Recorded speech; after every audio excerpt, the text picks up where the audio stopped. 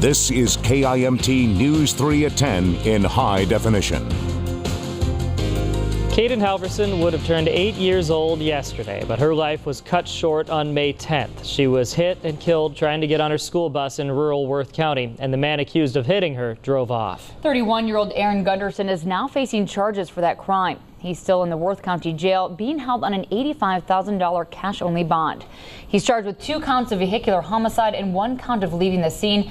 Gunderson is scheduled to be in court next Friday, September 30th, for a bail review hearing. Meanwhile, those close to Kaden want her to be remembered in a special way. A bench is dedicated to her now in New Hampton. KIMT News 3's Natalie Tendall is talking with family members about why this is so important. She's in the newsroom with more. Natalie. Sarah, this is no ordinary bench. It's a garden of memories that embraces who Kaden was and who she will always be to this community and to her family. It's a memorial that remembers a little girl, a life lost too soon. The flower, the bench, everything just looked so pretty and just looked so like Kaden. Kaden's family decided to create this area in her memory. There's a bench, a place to rest and share stories of the little girl, and a lilac tree that, when in bloom, will show off some of Kaden's favorite colors and photos of her life. The idea was just to have a place for my family to come and just kind of have a peaceful time to maybe sit and read a book and think about her. This bench now sits along Highway 24 in New Hampton, right next to one of Kaden's favorite spots, a swimming pool. This family unveiled it on what would have been Kaden's 8th birthday. To just really remember her, for everyone to remember her. She was a light, and we all loved her. Along with this memorial bench, the family has these teddy bears, which are made out of Kaden's clothes. So we just took some of them items and had them made for our families just to cuddle with at night and just to remember her by. But this family knows that the biggest memory this angel leaves as she rides away is that she has impacted the lives of those around her. Her legacy will be the ways that she changed her dad from a young boy into a man. Now, Kaden's aunt says the memorial would not have been possible without the support of the community and those who gave through donations and memorial sales. Sarah? Thanks so much, Natalie. Well, friends and family of Kaden are pushing for a new law called Kaden's Law, which would make the penalties more severe for drivers who do not stop for school buses. A group supporting the issue hopes to rally lawmakers during the next legislative session. Well, some new details released in an Iowa State Patrol trooper crash are raising even more questions. After an initial investigation, officials say there was no communication with Trooper Mark Toney before he died in the crash. Witnesses say his patrol car, with its lights on, left U.S. Highway 6569, landed in a field, and then burst into flames. That happened just south of Indianola. There are also no records that Toney had a pending call for service or was initiating a traffic stop.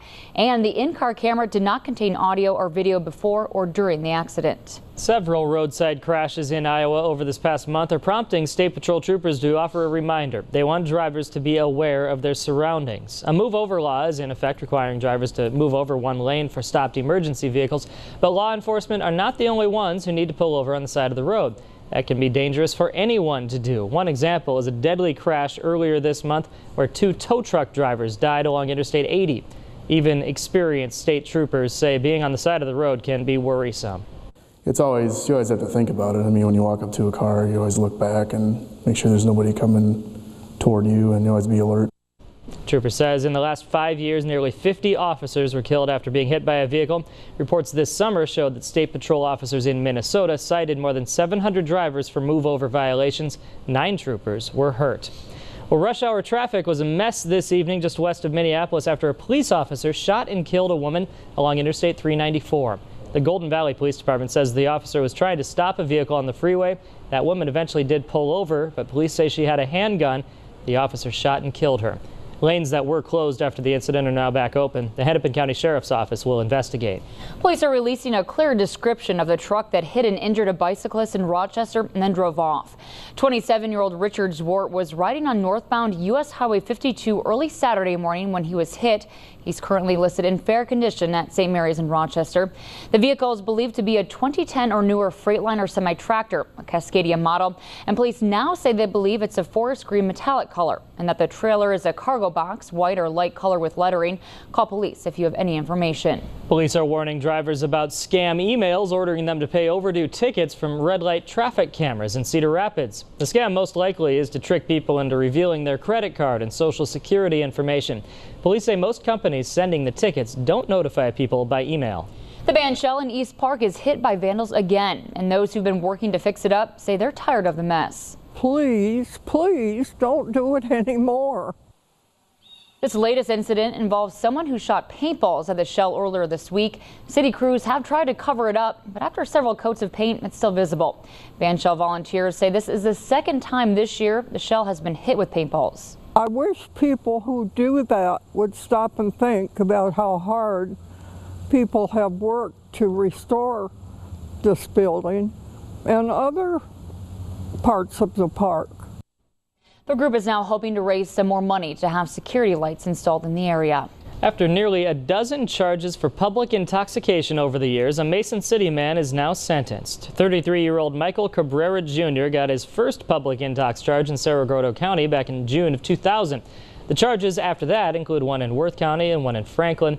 He was sentenced to a suspended 2-year prison term, a year of probation, and fined $625. A crime wave appears to be sweeping through Iowa and Minnesota farms. Investigators are looking into the thefts of nearly 1,000 hogs. Some officials say it appears to be the work of a well-organized animal theft operation. 700 hogs were taken from Nicollet and Kandiyohi counties in Minnesota recently, along with another 200 from Iowa's Mitchell County. It's thought the thieves sell the hogs to slaughterhouses. As other parents out there can relate, it is not cheap to raise a child. And today, the average cost in the U.S. is almost $230,000 over 18 years. That's just for the necessities. Every major expense that comes along with raising a child has climbed significantly over the past decade, $60,000 more than just 10 years ago. And parents are feeling the pinch. Because of the price of gas, the price of groceries keep going up, it makes it tough to buy the extra things that you want for your kids in this day and age. One of the biggest changes parents have seen is in the cost of child care. That winds up being about the same as what folks spend on rent. Well, fewer people are moving to Minnesota. That's according to newly released Census Bureau numbers.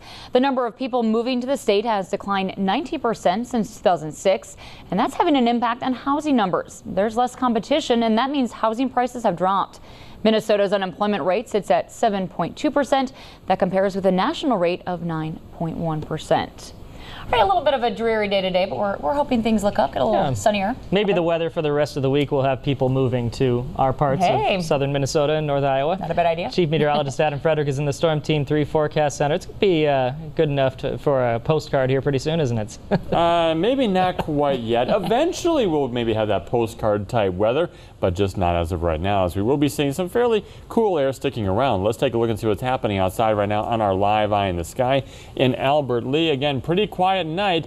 We have had those showers basically exit the area. You're storming through live site right now in Forest City. The current temperature is sitting at 77 degrees. Fairly calm winds, but those temperatures are dropping. In fact, they'll be dropping down into the upper 30s and lower 40s. And your CityCast shows just what we're expecting to see to start off the day for tomorrow. About 37 degrees in Clear Lake, partly cloudy skies.